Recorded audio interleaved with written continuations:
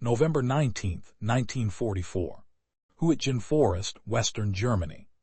Dawn never truly arrives beneath the black pines. The light seeps in slowly, gray and sickly, filtered through needles heavy with mist.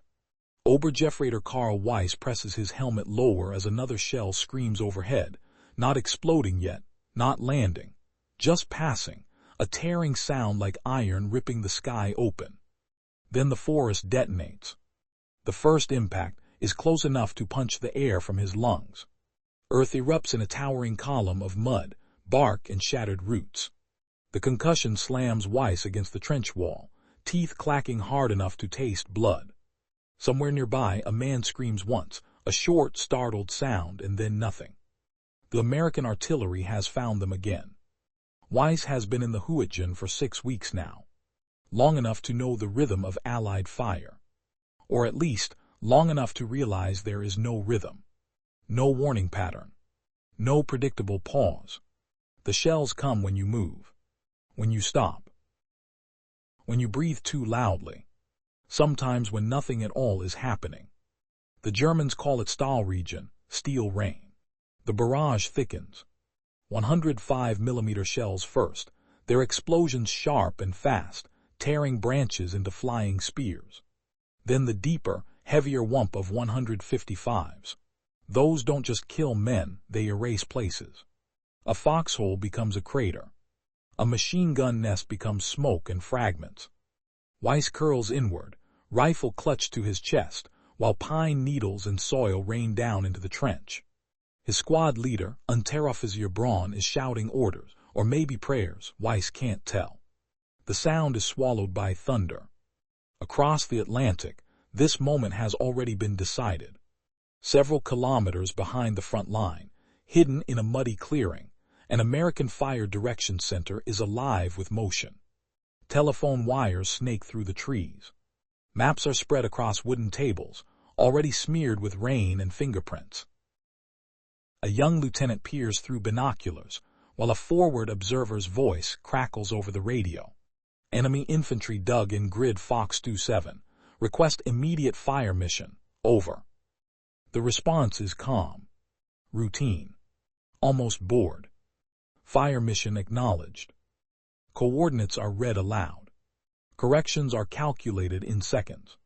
Wind, elevation, shell type, all adjusted with mechanical precision. The guns are already loaded.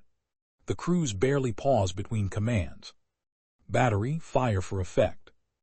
Back in the Huitgen forest, Weiss feels the second wave before he hears it. The ground vibrates like a living thing, shuddering under the weight of incoming steel. Tree trunks snap in half. Splinters scythe through the air faster than bullets. One punches through Braun's thigh, spinning him down into the mud.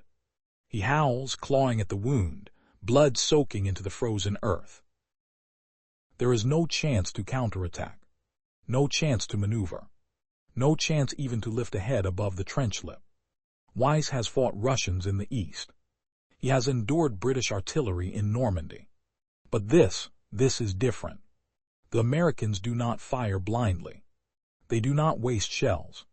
When they shoot, it is deliberate, precise, and relentless. If you survive one barrage, another follows minutes later.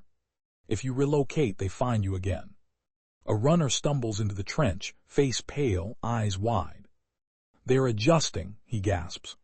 They're walking it toward us. And Weiss understands what that means. Each salvo creeps closer, the explosions advancing methodically, like footsteps through the forest.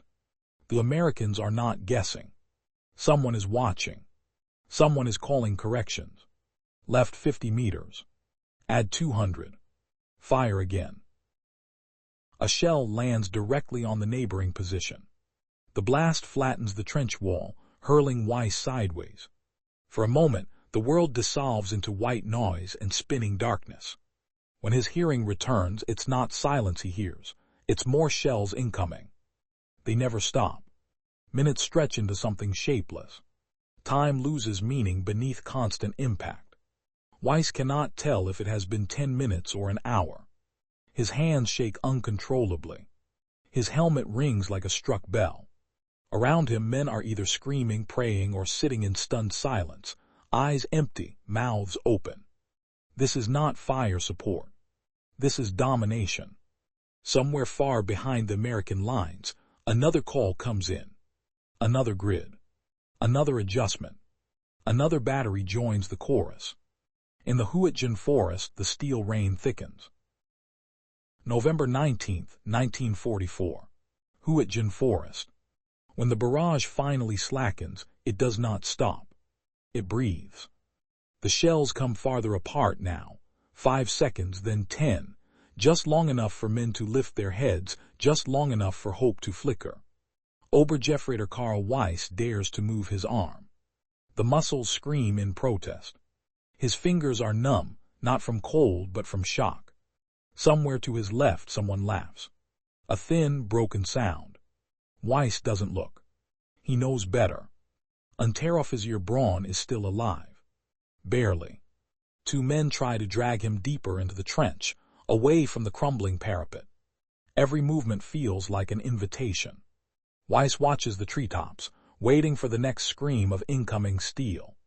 It comes. The second barrage is shorter, sharper, and far more precise. Shells land directly on trench intersections, places the Americans have learned to target. Communications trenches collapse. Runners are buried alive. A machine gun position that survived the first storm is erased in a single, brutal impact. Weiss presses his face into the mud and realizes something terrifying. They're not just firing again. They're correcting. Across the lines, a U.S. forward observer lies prone on a rise overlooking the forest edge. First Lieutenant James Carter, 28 years old, Ohio. He steadies his binoculars against a fallen log, rain dripping from his helmet brim. Smoke hangs over the trees, drifting and thinning between bursts. He watches the German line disappear piece by piece. Add 100, right 50, Carter says into the handset. His voice is calm, professional. This is what he was trained for at Fort Sill. The system works because it removes hesitation. No argument. No delay. The Fire Direction Center back behind the lines is already relaying his words. The guns answer almost instantly. That speed is what breaks men. In earlier wars, artillery gave warnings. You could time it. You could guess when it might lift. But American artillery in 1944 is a machine with nerves of copper wire and radios. Observers, direction centers, and gun crews act as one organism. When a German platoon moves, the guns respond. When it stops, they fire again. Weiss feels the earth convulse beneath him as another shell detonates directly behind the trench. The blast sucks air away, leaving his lungs burning. Dirt pours in. The trench wall caves, pinning a man beneath collapsed timber. He screams for help. No one moves. You do not move under American artillery. A Feldwebel appears crawling through the wreckage, his face gray with exhaustion. Orders from battalion, he shouts. Hold position, counterattack at dusk. The words feel insane. Counterattack what? Smoke. Fire. Invisible guns miles away. Weiss wants to ask how they are supposed to attack when they cannot even stand. But the Feldwebel is already gone, swallowed by drifting dust and falling debris. Another pause. Another breath. Then the third wave begins, not on the trenches but beyond them. The shells start landing in the rear areas. Supply routes. Aid stations. Command posts. The Americans have shifted fires, cutting off movement with methodical cruelty. Anyone trying to reinforce the line is shredded before they arrive. Weiss understands now. This is not meant to kill everyone outright. It is meant to paralyze. German doctrine depends on movement, small unit maneuver, counterthrusts, flexible defense. But movement requires gaps. Time. Silence. The Americans deny all three. Nearby, a young replacement named Mueller rocks back and forth, whispering his mother's name. Weiss grips his shoulder, shaking him. Stay down, he says. Just stay down. Mueller nods, eyes unfocused. Another explosion slams into the forest, showering the trench with burning fragments. A tree trunk crashes down across the parapet, crushing a man Weiss has shared bread with for weeks. There is no time to react. No time to grieve. Only endurance. Hours crawl by like wounded animals. The shelling never fully lifts. It only shifts, dances, probes. When one battery pauses, another opens up. When the Germans try to dig out collapsed trenches, rounds land directly on the work. By midday, Weiss's unit is no longer a fighting force. It is a collection of survivors pressed into the ground, waiting. Waiting for darkness. Waiting for orders that might never come. Waiting for the guns to finally stop. They don't. As dusk approaches, the fire intensifies again, a final preparation. Somewhere behind the curtain of smoke and thunder, American infantry is forming up. Weiss knows what comes next. The artillery will walk forward, and anyone still alive will face men who have not been under fire for hours, men advancing behind a wall of steel. Weiss grips his rifle with shaking hands and realizes, with hollow certainty, that the Americans are not just attacking the line. They are attacking time itself. November 19, 1944. Late afternoon. Huittgen Forest. The barrage begins to move. Obergefreiter Karl Weiss senses it before he understands it. The explosions no longer fall randomly across the forest. They advance in a measured line, each detonation slightly farther forward than the last. The sound rolls toward the German position like a closing door. The Americans are lifting fire, not ending it. Artillery is walking, someone mutters in the trench. That single sentence carries more fear than any scream. Shells now land 50 meters ahead, then 75, then 100. The ground beyond the trench erupts in synchronized violence, a solid curtain of fire and smoke. Weiss peers through a gap in the shattered parapet and sees the forest being peeled open, layer by layer. This is the moment German veterans will remember for the rest of their lives. Behind the advancing wall of explosions, American infantry is moving. Not charging. Not running. Walking. Sergeant William H. Donnelly, 28th Infantry Division, adjusts the strap of his M1 Garand as he advances through the trees. He has learned to trust the artillery the way sailors trust the sea. The shells land where they are supposed to. The timing is exact. The barrage creeps forward, and his platoon follows at a practice distance. Too close, and you die to friendly fire. Too far back, and the Germans recover. Donnelly's boots crunch over splintered wood and cratered earth. The smell is overwhelming, pine sap, cordite, wet soil, and something darker underneath it all. He doesn't look at the bodies. He doesn't have to. The artillery has done its job.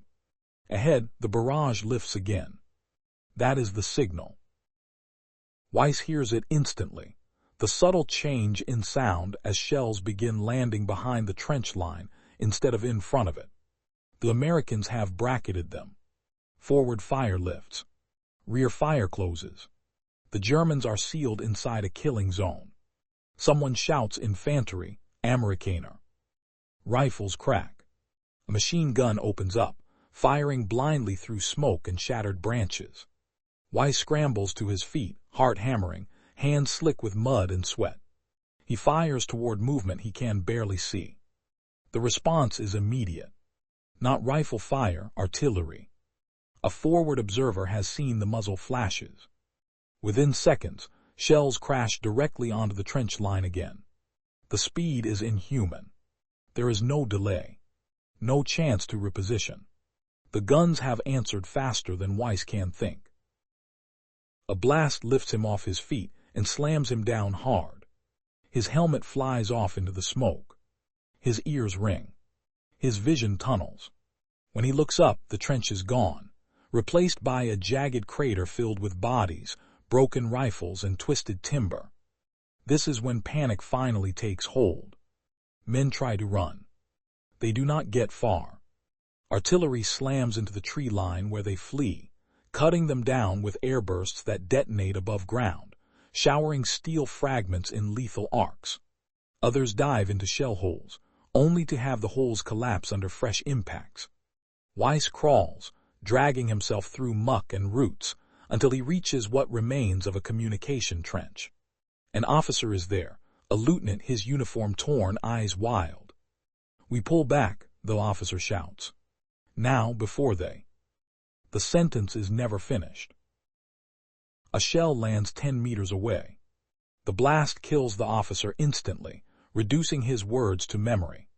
Weiss presses himself flat, body shaking uncontrollably. This is not a battle anymore. It is a demonstration. The American system does not rely on individual heroics. It relies on procedure. Observers see. Fire direction centers calculate. Guns fire. Infantry advances.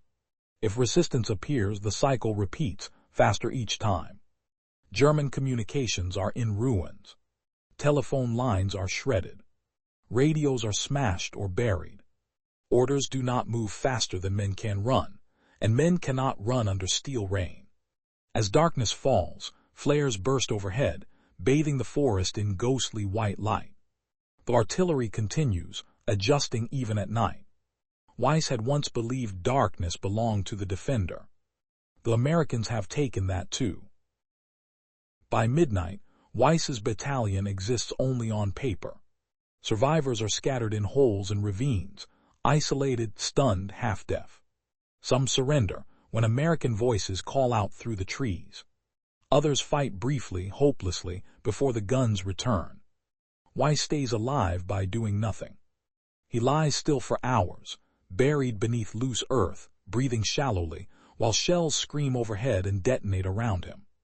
Each time he thinks it has ended, another battery opens up. At some point near dawn, the firing finally slows. Not because the Americans have run out of ammunition, but because there is almost nothing left to shoot at. When Weiss finally crawls out of his hiding place, the forest is unrecognizable. Trees stand like snapped matchsticks. The ground is a moonscape of craters and debris. Smoke drifts through the ruins, lit by the pale gray of morning. He has survived, but he knows something has changed forever. The Americans have mastered time, distance, and destruction, and they wield artillery not as a weapon, but as a constant presence, a force that never truly leaves. November 20th, 1944. Huitgen Forest. Early morning. Silence settles in fragments, not all at once. Obergefreiter Karl Weiss notices it the way a wounded man notices pain fading, cautiously, suspiciously. The guns have not truly stopped. They are simply resting. Somewhere far beyond the torn forest, American artillery crews are drinking coffee, checking barrels, adjusting fuses. The pause is logistical, not merciful. Weiss climbs out of the crater slowly, joints stiff, head pounding. His uniform is stiff with dried mud and blood, not all of it his. Around him, the forest looks skinned alive. Trees are stripped of branches, trunks gashed and splintered. Shell craters overlap one another, some still steaming faintly in the cold air. Men emerge one by one, blinking like animals after storm.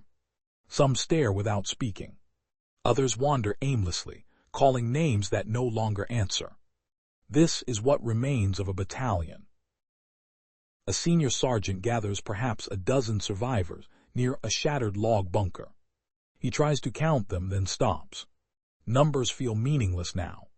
He gives orders anyway, out of habit, out of fear of silence. Check weapons. Watch the tree line. Weiss checks his car 98. The bolt sticks. Dirt has worked its way into every moving part. He wipes it clean with a sleeve already ruined, beyond recognition. His hands shake, but the rifle works. That at least still works. A distant rumble echoes through the forest. Not incoming, farther away. Weiss feels his chest tighten anyway. Every sound now carries the promise of impact. A snapped branch feels like a death sentence. An hour passes. Then another. The Americans do not immediately advance. They don't need to. The artillery has done the work of hours of fighting. The forest ahead is already neutralized.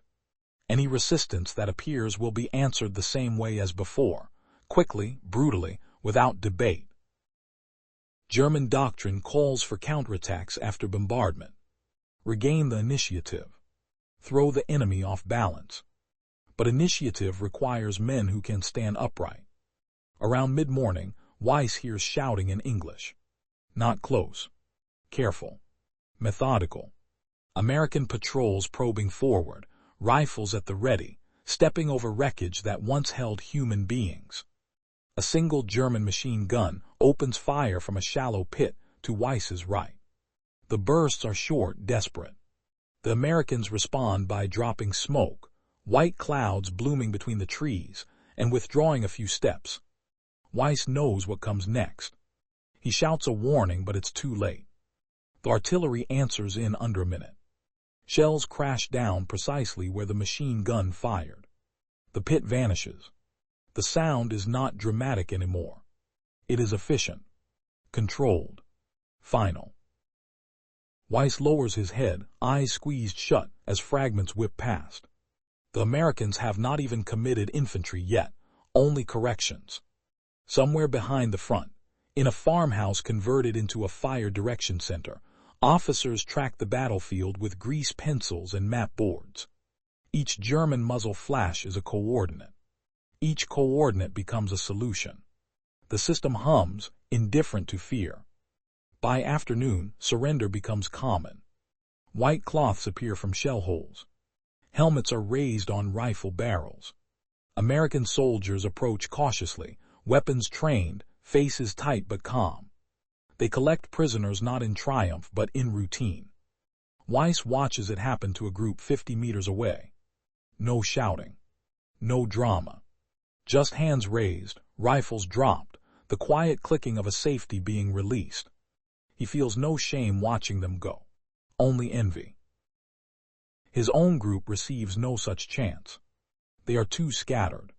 Too isolated. No clear line to step across. The artillery begins again, not a full storm but probing fires, harassment rounds that land unpredictably, ensuring no one settles into safety.